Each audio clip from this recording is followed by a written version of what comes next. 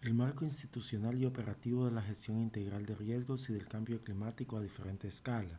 Me llamo Arturo Escalante y bienvenidos a esta teleclase.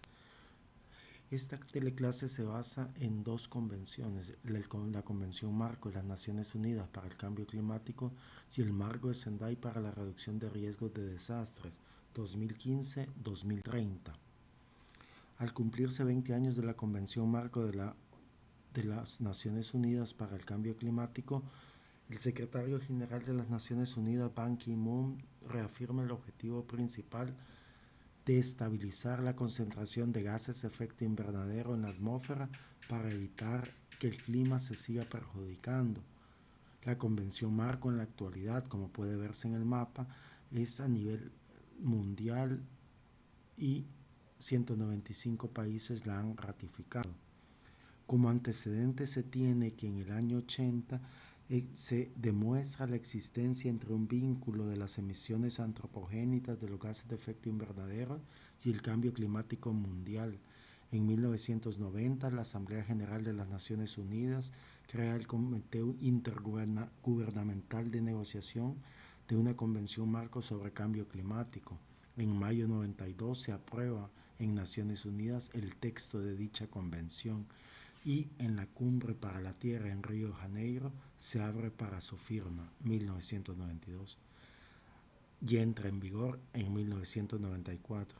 En 1995 en Berlín se da la primera conferencia de las partes, que ya en el año 96 en Ginebra anuncia el peso de la evidencia que muestra una influencia perceptible de las actividades del hombre sobre el clima. Estos antecedentes terminan en el 97 con la cumbre del clima en Kioto, con lo denominado el Protocolo de Kioto.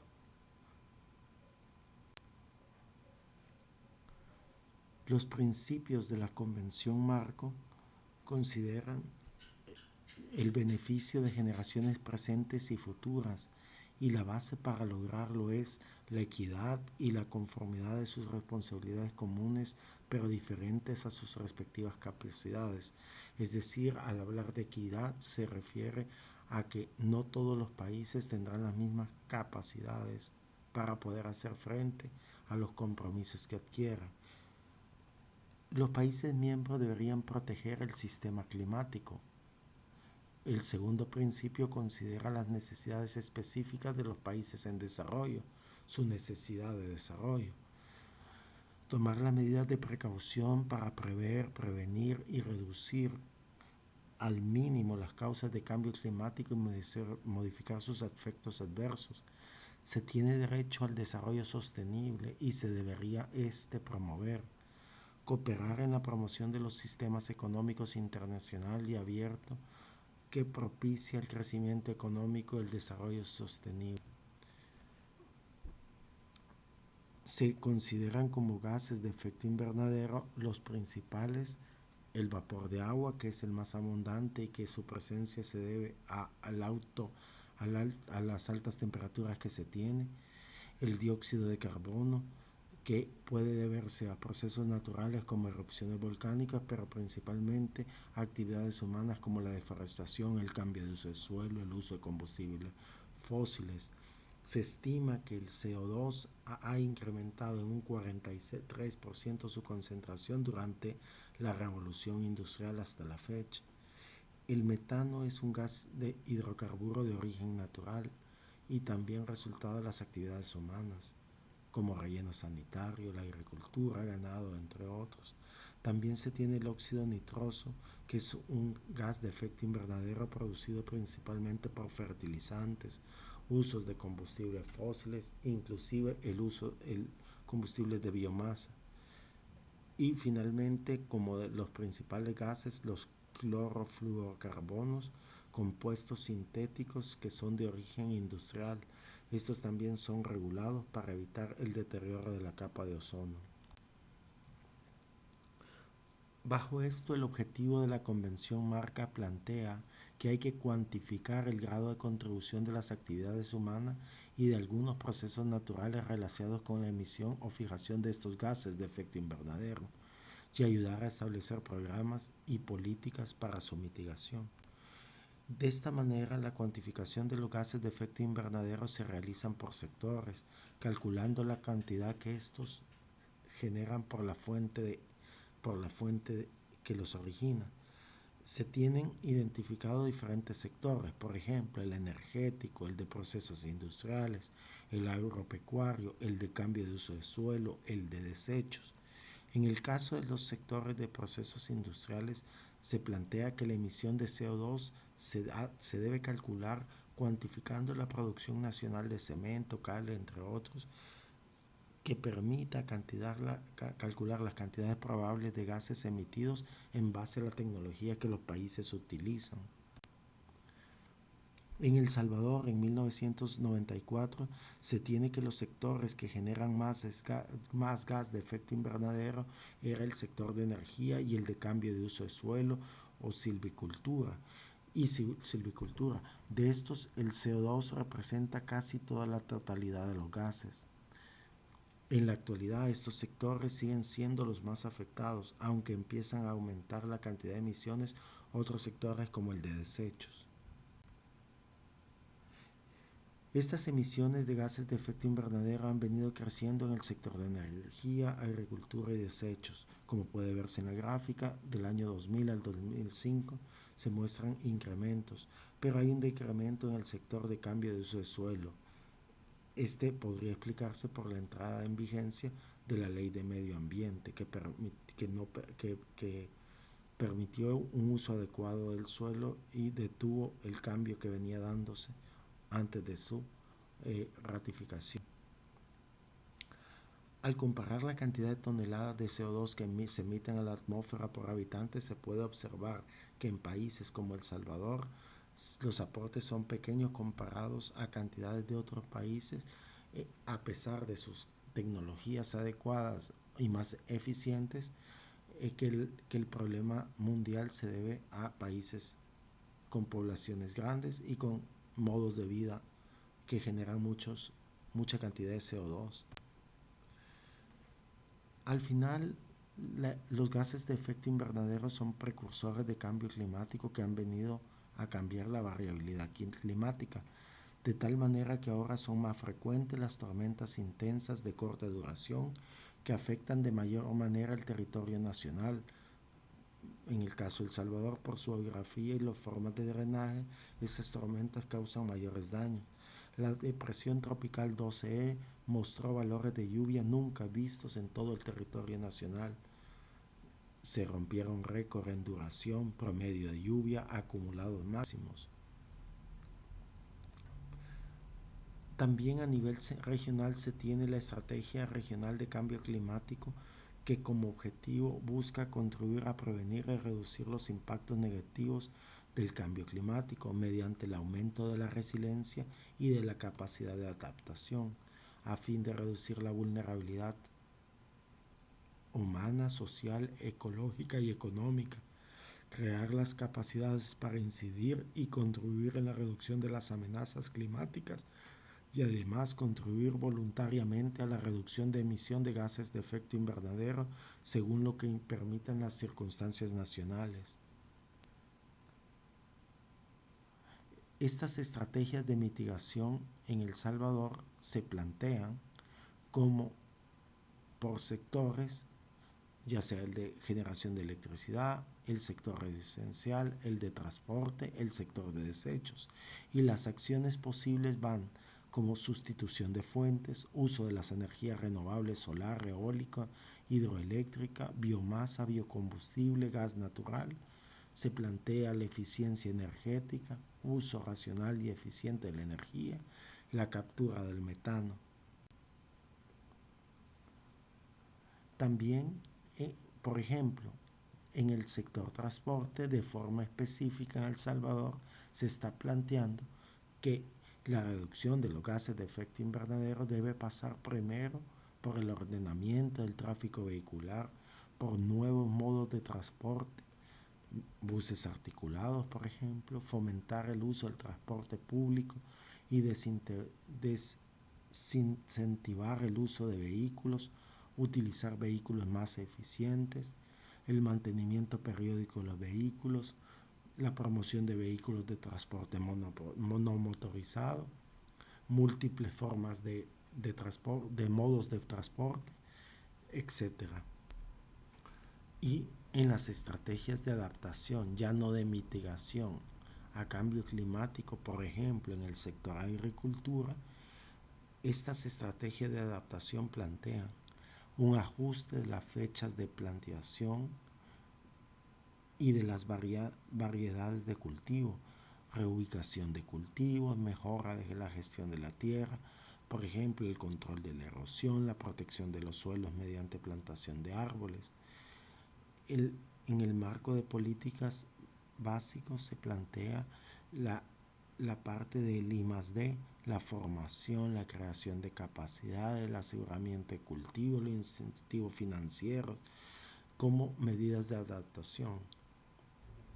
De esta manera finalizamos el marco de las convenciones ante cambio climático. Hoy, para la parte de la gestión integral de riesgos se presenta el marco de Sendai, que garantiza la continuidad del trabajo hecho en relación con el marco de acción de Hyogo y tiene importantes innovaciones. Entre ellas, hay un énfasis puesto en la gestión de riesgo de desastres en lugar de la gestión de desastres, la definición de 7 objetivos mundiales, la reducción del riesgo existente y reforzar la resiliencia, un conjunto de principios rectores, incluida la responsabilidad primordial del Estado en prevenir y reducir el riesgo de desastres y la participación de toda la sociedad junto con el Estado en este tema.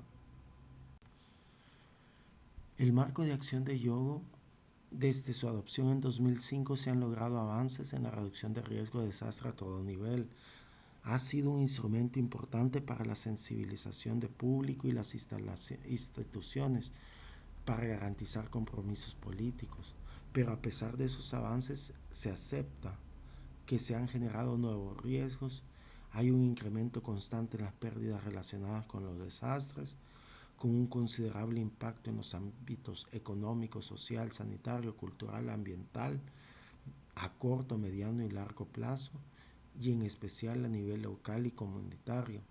Y lo anterior se debe, según lo planteado en la Convención, que en todos los países el grado de exposición de las personas y los bienes ha aumentado con más rapidez de lo que ha disminuido la vulnerabilidad.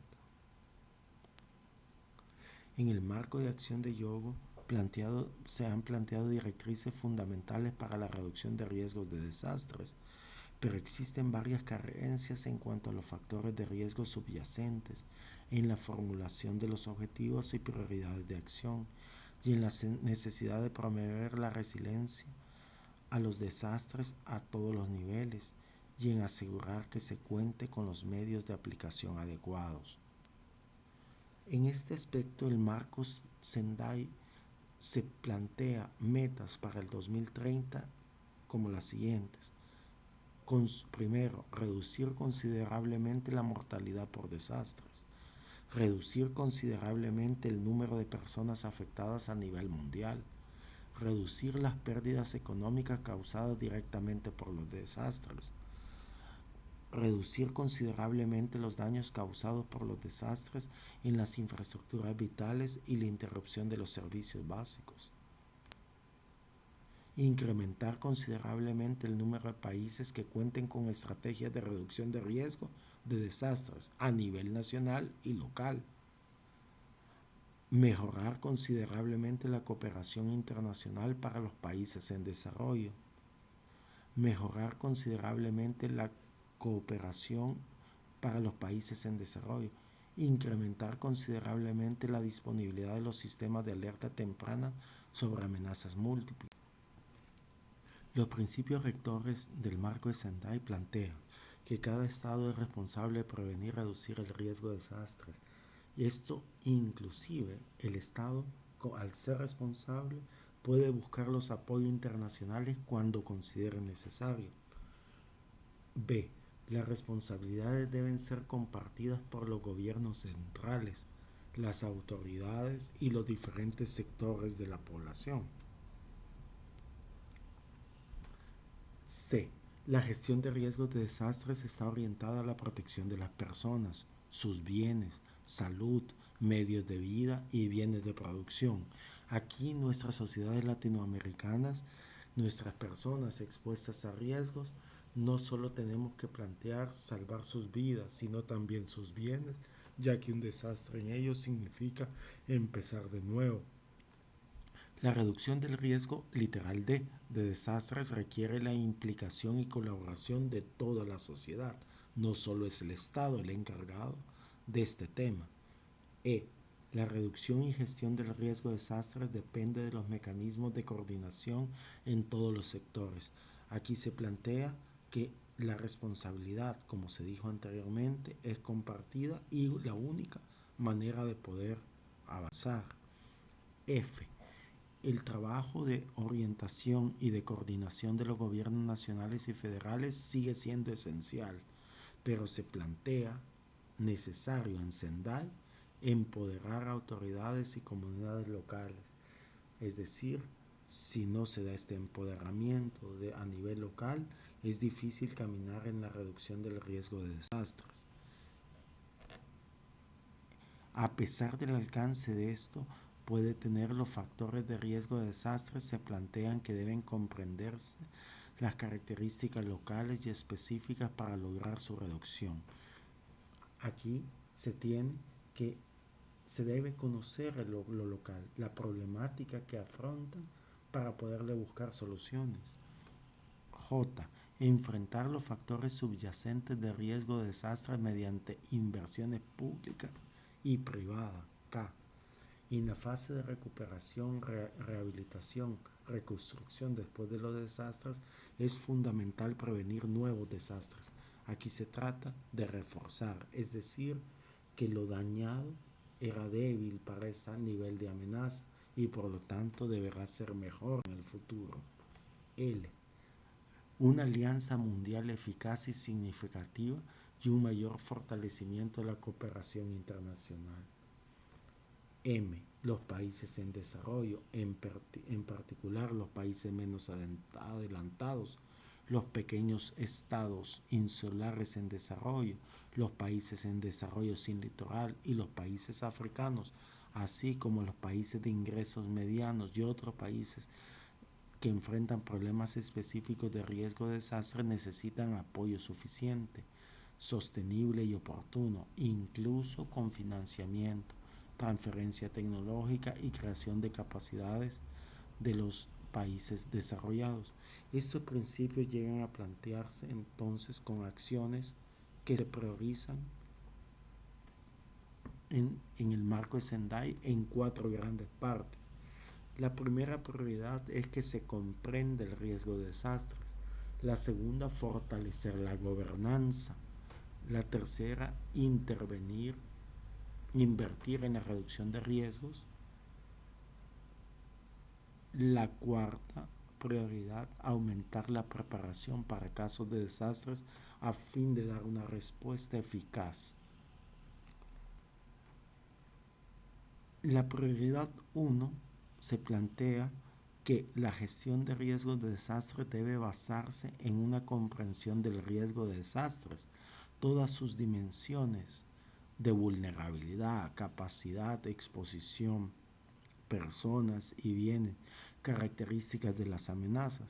Por ejemplo, en la gráfica se presenta que los elementos en riesgo no todos son vulnerables y no todos se encuentran expuestos a amenaza, y aquellos vulnerables expuestos a amenaza tendrán un contexto a su alrededor en base a las características, particularidades y sus capacidades.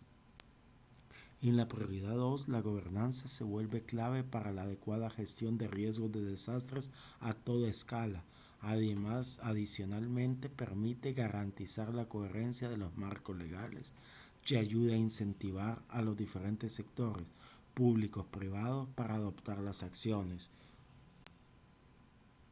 En la prioridad 3 es clave la inversión pública y privada en medidas tanto estructurales como no estructurales, que aumenten la resiliencia económica, social y cultural de las personas, comunidades y países.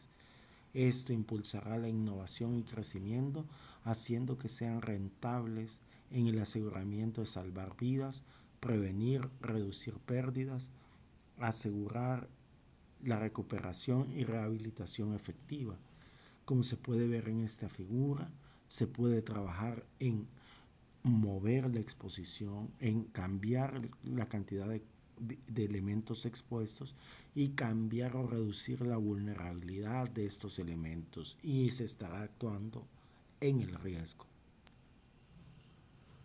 Finalmente, y la última prioridad del marco de Sendai plantea que hay que reforzar la preparación en caso de desastres. Las catástrofes deben ser manejadas de forma correcta para hacer una reconstrucción en mejores condiciones a las anteriores. Finalmente, el enfoque basado en género y accesibilidad humana deben ser considerados en la fase de respuesta y recuperación. Muchas gracias.